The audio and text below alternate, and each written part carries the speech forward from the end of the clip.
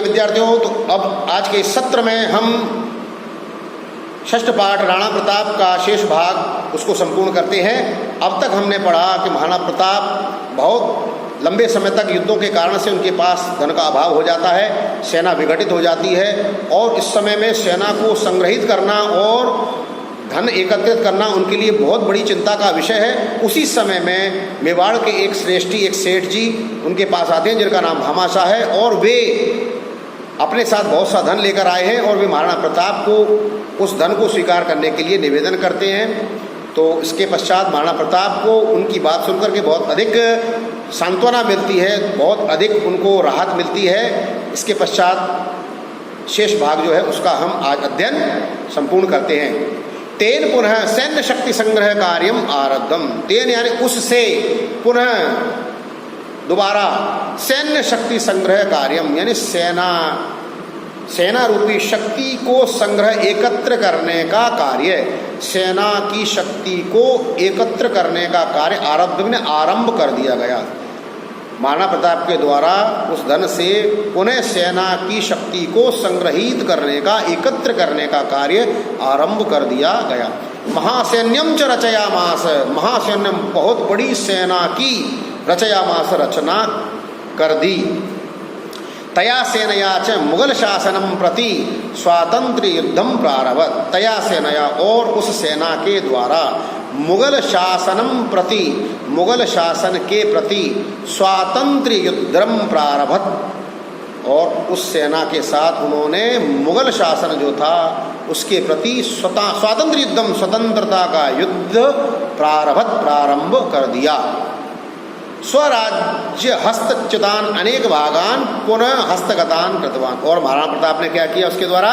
स्वराज्य हस्तच्युतान, अपने राज्य के हाथ से निकले हुए अनेक भागान, अनेक भागों को पुनः हस्तगतान, दोबारा अपने हाथ में कृतवान कर लिया, दोबारा अपने अधिकार में कर लिया। तेषु, उनमें से, उन स्थानों में कौन कौन से जो पुनः महाराणा प्रताप ने अपने हाथ में कर लिए, अपने हस्तगत कर लिए? तेषु मोही, उनमें से मोही, गोगुंदा, उदयपुरम इत्यादि है मुख्य आसन। और ऐसे स्थानों में मोही, गोगुंदा, उदयपुर इत्यादि स्थान जो थे वह मुख्य थे जो महाराणा प्रताप ने पुनः प्राप्त कर लिए। स्वराज्य शांतिम संस्थाप्य, अपने राज्य में, स्वराज्य अपने राज्य में, शांतिम शांति को संस्थापित, स्थापना करके, चावंड नामकम स्थानम, चावंड नाम के स्थान को स्वराजधानी अकरोत, अपनी राजधानी अकरोत यानी बनाया। और उन्होंने चावंड को अपनी राजधानी बनाया। तस्मिन् काले चावंड स्थानम स्थापत्य कलायाः, ललित कलायाः, वाणिज्यस्य, विद्यायाश्च प्रमुख केंद्रम आसीत्। तस्मिन् काले, और उस समय में चावंड स्थानम, चावंड नाम का जो स्थान था वह क्या था? स्थापत्य कला का, स्थापत्य कलाया, स्थापत्य कला का, ललित कलाया, सुंदर कलाओं का, वाणिज्य से, व्यापार का, विद्यायाश्च, और विद्या का, ज्ञान विज्ञान का, प्रमुख केंद्रम, मुख्य केंद्र आसीत था। यानी उस समय चावंड जो स्थापत्य कला, ललित कला, वाणिज्य, व्यापार और विद्या का मुख्य केंद्र था। अन्ते असावधानतया पादे धनुष प्रत्यंचाघातेन प्रतापो सस्थो अभवत्। अंते यानी और अंत समय में, असावधानतया, असावधानी से, पादे पैर पर, धनुष प्रत्यंचाघातेन, धनुष की प्रत्यंचा का आघात होने से, चोट लगने से, यानी असावधानी पूर्वक और असावधान होने के कारण से धनुष की प्रत्यंचा का आघात उनके पैर पर होने से प्रतापो अस्वस्थो भवत, और प्रताप क्या हुए? अस्वस्थ हो गए। सप्तनवत्यधिक पंचदश शततमे ईस्वीयाब्दे प्रताप दिवंगत है। और क्या हुआ? 1597 ईस्वीयाब्दे, ईस्वी वर्ष में प्रताप, महाराणा प्रताप दिवंगत है।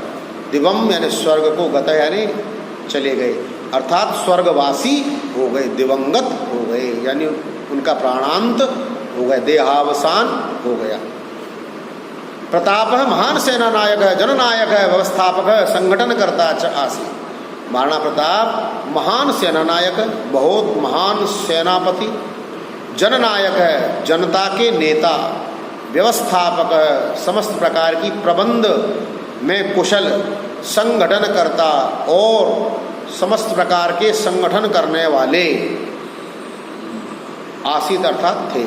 भारतवासिन अधुनापि तस्य स्वातंत्र प्रेमिण शौर्य गाथा गायन्ति। और भारतवासी अधुना अपि आज भी तस्य स्वातंत्र प्रेमिण उस स्वतंत्रता प्रेमी की शौर्य गाथाम, वीरता पराक्रम की गाथाओं को, पराक्रम की कथाओं को, पराक्रम के गीतों को गायन्ति, गान करते हैं। ऐसे महान महाराणा प्रताप जिनके शौर्य और पराक्रम की गाथाओं को संपूर्ण देशवासी आज भी गान करते हैं। इस प्रकार यह हमारा षष्ठ पाठ राणा प्रताप संपूर्ण होता है। आगामी सत्र में आगामी पाठ का हम अध्ययन करेंगे। तब तक के लिए वंदे मातरम।